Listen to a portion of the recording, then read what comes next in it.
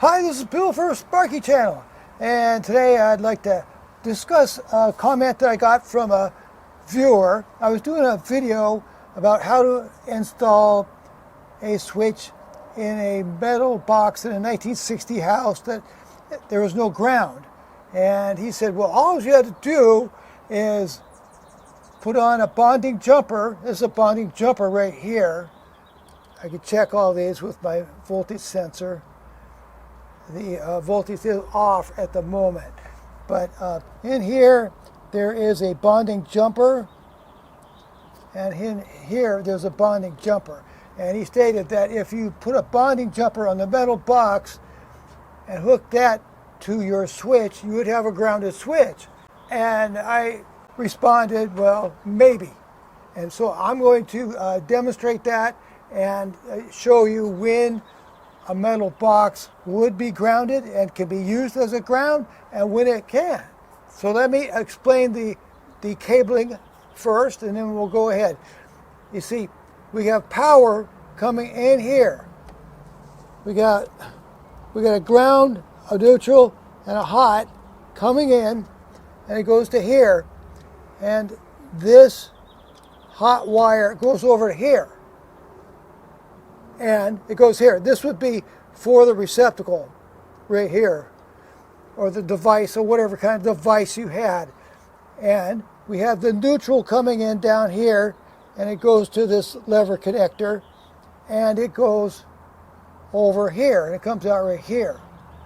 So we got the hot and the neutral coming over, and this is the power coming in here. Okay, and then we have the ground coming up, and it goes to this lever connector. This would be like a box from a 1960s, 1950s house where there's no ground. There's a metal box, but there's no ground. I added this bonding jumper, but there's no ground in this cable here. You see, it just has a hot and a neutral. And we're going to see if this box is actually grounded because of this. So here we are. Let's flip on the circuit breaker. Okay, so now, see this is hot, this is hot, the neutral is not hot, the ground is not hot, the box is not hot, the ground is not hot. Okay, this is hot. So only the hot wires are hot right at the moment. Now I'll bring in my Fluke 117 digital multimeter. We're going to put it on Auto V Low Z. That's a feature found on Fluke meters, and that is automatic voltage. That's what Auto V stands for. It's going to find the voltage automatically without ghost voltages, without accidental voltages from the different wires and from my camera and my body and so forth. Low Z means it has a bit of impedance on the input. So that's why you just get the voltage on Auto V Low Z. It's very handy for this kind of work. Okay, so we turn on the light. I don't know if that helps. Okay, we got the red lead and the black lead. You always put the red lead on the hot. Okay, so we're going to put the red lead right here on the hot. I just showed you that was hot. And I'm going to put the black lead on the neutral. The black lead goes to the neutral or the ground. Okay, so you see we have 120.7 volts AC. The question is this box grounded? So we have a bonding jumper that goes to this lever connector, and from the lever connector to here. So it's like all one wire. So this is like putting a lead on the box itself right here. Okay, we got 120.7 volts AC.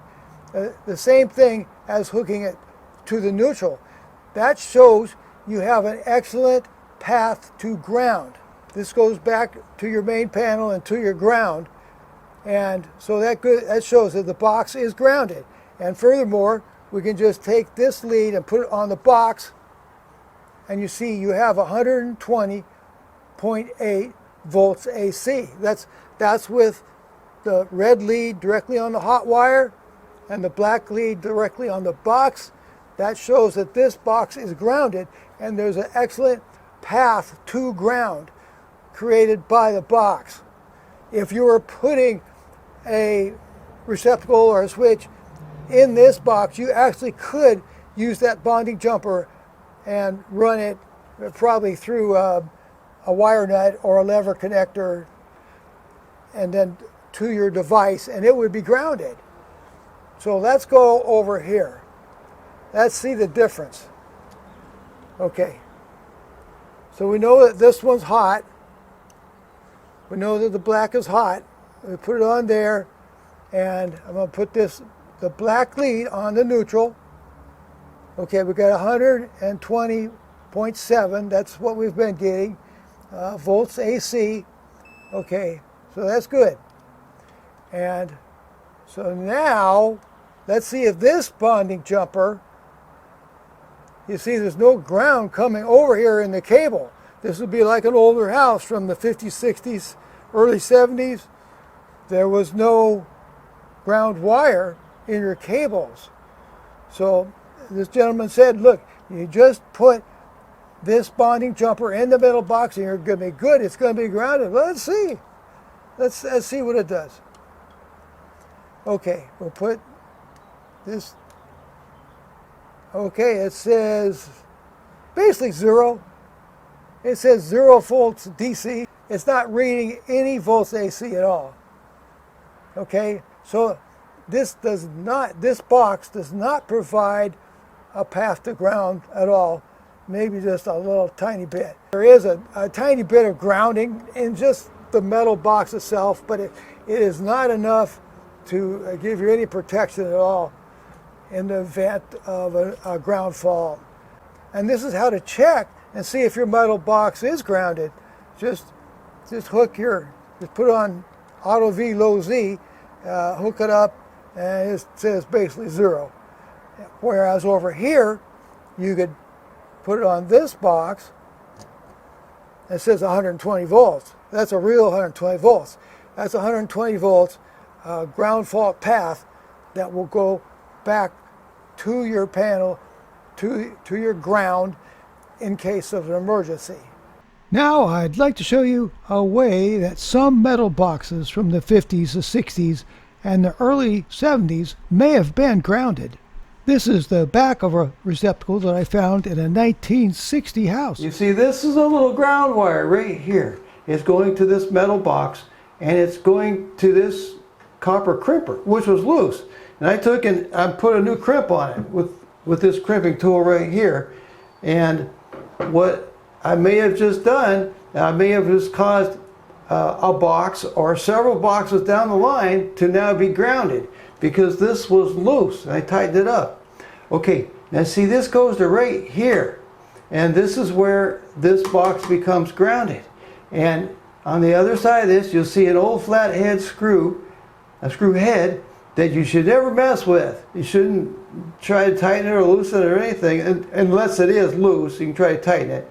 But other than that, don't mess with it, because that's how this box is grounded. You see, and then from here it goes to other boxes.